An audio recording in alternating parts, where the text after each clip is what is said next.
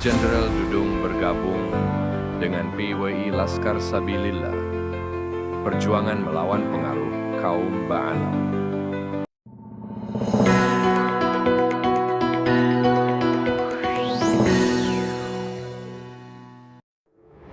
Assalamualaikum warahmatullahi wabarakatuh. Selamat datang di channel kami, tempat kisah-kisah perjuangan dan semangat kebangsaan selalu kami angkat ke permukaan. Kali ini, kabar mengejutkan datang dari Jenderal Dudung. Sosok yang dikenal tegas dan berwibawa, ini telah resmi bergabung dengan PWI Laskar Sabilillah bersama KH Imaduddin, Gus Abbas, dan rekan-rekan lainnya. Dalam pertemuan yang penuh semangat, Jenderal Dudung menyampaikan komitmennya untuk mendukung perjuangan PWI dalam menjaga dan mengangkat kembali sejarah bangsa Indonesia. Lebih dari itu, beliau menegaskan siap membantu melawan dominasi kaum Ba'alawi yang dianggap mengancam nilai-nilai luhur sejarah kita. Pernyataan ini tentu memicu banyak perhatian dan tanya. Apa langkah nyata Jenderal Dudung bersama PWI dalam memperjuangkan kejayaan bangsa? Jangan kemana-mana, simak terus video ini sampai habis. Kami akan mengupas tuntas strategi dan visi besar Jenderal Dudung bersama Laskar Sabilillah. Mari kita simak videonya bersama-sama. Ba'ad-daulatu wasilah. Negara itu adalah sebuah wasilah, sebuah media untuk mencapai tujuan.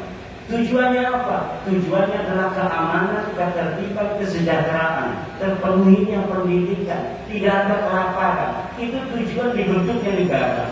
Dan dari mulai 45 ketika kita ini merdeka, apakah ada bangsa Indonesia yang kelaparan secara luas? Tidak ada. Adanya negara yang dibentuk oleh para wali-wali, the founding father kita itu menjaga bangsa dan negara sampai Republik Indonesia, dan itu telah terbukti. Jadi PWI ingin kembali menegaskan akan cita-cita kita bersama membentuk negara kesatuan Republik Indonesia. Bapak-bapak dan ibu sekalian, saat ini di zaman literasi, ya, di zaman perubahan, zaman disrupsi, di mana perubahan yang begitu cepat, ya, kalau tidak diimbangi dengan literasi budaya, maka ini kita akan salah-salah menafsirkan dan menyikapi situasi. Media sosial begitu cepat hari ini terjadi dan hari ini juga, maka kami ini kita lihat kalau ini tidak kita sikapi dengan baik, maka kita akan terjebak kepada situasi yang tidak kita inginkan. PWI dibentuk, makanya saya ingin hadir karena berpegangan teguh kepada Pancasila dan Undang-Undang Dasar. Dan PWI tunduk pada hukum dan aturan pemerintah yang sah, sehingga PWI hadir untuk meluruskan. PWI tidak pernah menyalahkan, tidak pernah membenci, tidak pernah memfitnah, tetapi PWI meluruskan. Bapak-bapak dan ibu sekalian, kita lihat fenomena yang terjadi geopolitik maupun geostrategis saat ini. Di negara-negara Timur Tengah, Irak, Iran, Libya, Lebanon, Afghanistan, Syria, Yaman, Mesir, dan beberapa negara lainnya di lingkungan yang justru agamanya hanya satu, adalah agama Islam. Hanya dibedakan dengan dua suku, suku Syiah dan Sunni. Mereka betul-betul.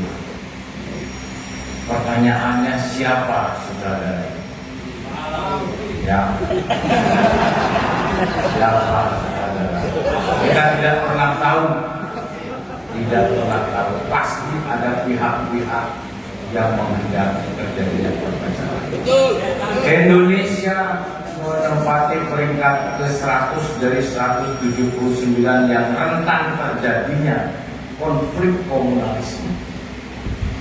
Tidak pernah terjadi di PKI, DITI, Permesta, dan sebagainya. Ini merupakan suatu pengalaman bagi kita. Jangan sampai ini terjadi kembali. Jangan sampai ini terjadi kembali. Di Timur Tengah hanya satu agama dan dua suku dan satu daratan. Bagaimana di Indonesia 6 agama, 17.000 pulau dan berapa ribu suku. Tadi betul dari Kiai Haji Umaruddin disampaikan tentang perbedaan pada saat kita nonton sepak bola. Bersatu menyanyikan lagu tanah air Indonesia besar. Indonesia besar. Bapak-bapak ibu sekalian, pada abad ke-14 Kerajaan Majapahit, Kerajaan Sriwijaya, umat Hindu dan umat Buddha sudah hidup berdampingan. Sementara 6 Agustus tahun 2023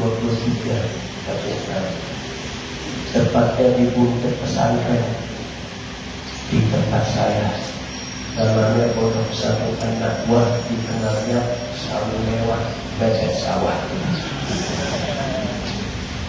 Jadi alhamdulillah, jemaah kalau di pesantren kalian alhamdulillah.